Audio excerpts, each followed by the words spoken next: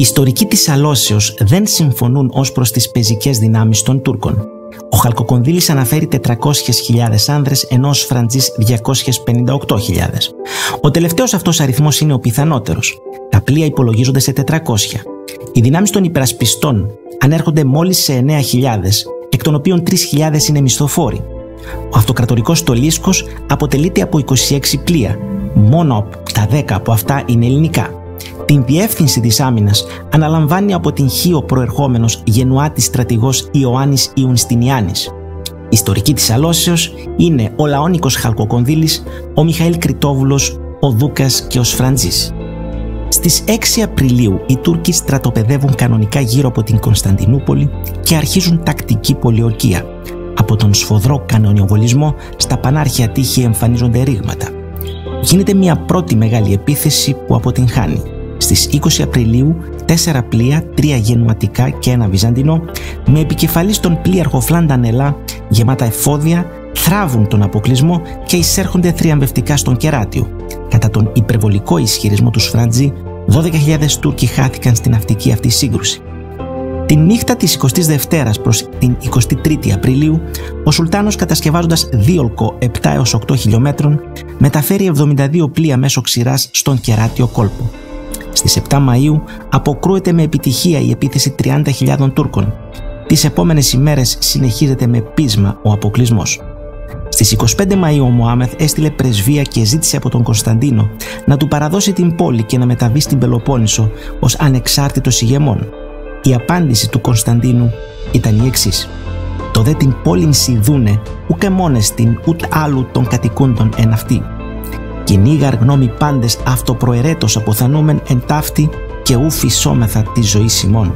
Δηλαδή, το να σου παραδώσω την πόλη δεν είναι ούτε στις δικές μου προθέσεις, ούτε σε κάποιον άλλον από όσους κατοικούν σε αυτήν. Διότι από κοινού όλοι αποφασίσαμε, χωρίς να μας πιέζει κανείς, ότι θα πεθάνουμε μέσα σε αυτήν και δεν θα υπολογίσουμε την ζωή μας. Ο Μωάμεθ, μη βλέποντας άλλη λύση, άρχισε να ετοιμάζεται για την τελική επίθεση. Στις 28 Μαΐου τα πάντα ήσαν έτοιμα. Την ίδια μέρα ο Κωνσταντίνος εκφώνησε λόγο στην Αγία Σοφιά, κοινώνησε τον αχράν των μυστηρίων και ακολούθως έλαβε θέση μάχης στην πύλη του Ρωμανού. Μια φράση από την εμπνευσμένη ομιλία του Κωνσταντίνου αισθητοποιεί το μέγεθος της ηθικής του αξίας. «Παρακαλώ ημάς ή να στείτε γενναίος. Καλώς σου είδατε αδελφοί, ότι δια 4 την αοφιλέτε κοινώς εσμεν πάντες, ή να προτιμήσομεν αποθανήν μάλλον ει ζήν. Πρώτος μεν υπέρ της πίστεως ημών και ευσεβίας, δεύτερον δε υπέρ πατρίδος, τρίτον δε υπέρ βασιλέως ως Χριστού Κυρίου και τέταρτον υπέρ συγγενών και φίλων». Τα ξημερώματα της επομένης, Τρίτη δηλαδή 29 Μαΐου του 1453, εκδηλώθηκε η επίθεση των Τούρκων πρώτα από την θάλασσα. Είχαν αναχαιτιστεί 3 κύματα επιθέσεων όταν 2 ατυχή γεγονότα ανέτρεψαν την κατάσταση. Στις 8 με 9 το πρωί τραυματίστηκε από βέλος στο στήθος ο γενναίος Ιουνστινιάνης. Μεταφέρθηκε ακολούθως με πλοίο στην Χίο, όπου και απέθανε. Αυτό προκάλεσε σύγχυση στους πολεμιστές που μάχονταν στην πύλη του Ρωμανού. Παράλληλα, οι Τούρκοι παραβίασαν την Κερκόπορτα και μπήκαν στην πόλη. Ο αυτοκράτορ ορμά εναντίον τους κραυγάζοντας: «Η πόλη αλίσκεται και εγώ ζω έτη, ουκέστη της των χριστιανών λαβήν την κεφαλήν μου». Ο Κωνσταντίνος έσπευσε στην πύλη του Αγίου Ρωμανού. Τότε Τούρκος, γράφει ο Πασπάτης, έπληξε τον βασιλέα κατά πρόσωπον και άλλος όπισθεν έδωσεν ετέραν πληγήν. Κατέπεσεν ο βασιλεύς εκ του ύπου και εξέπνευσεν επί των αυτόθη πτωμάτων φίλων και εχθρών.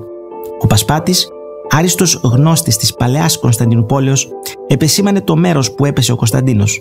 Εν το στενό του το περιβόλο, μάντρα της σήμερον προβάτων, τρυπαρά και κακόσμο, κατέπεσεν άκλαυστος και αμνημόνευτος ο βασιλεύς Παλαιολόγος, υπό πάντων εκανταλελειμμένος και μέχρι τέλους Ανδρείας αγωνιζόμενος προς μυρίους στρατούς και ηγεμόνα οξύνων και μεγαλουργών.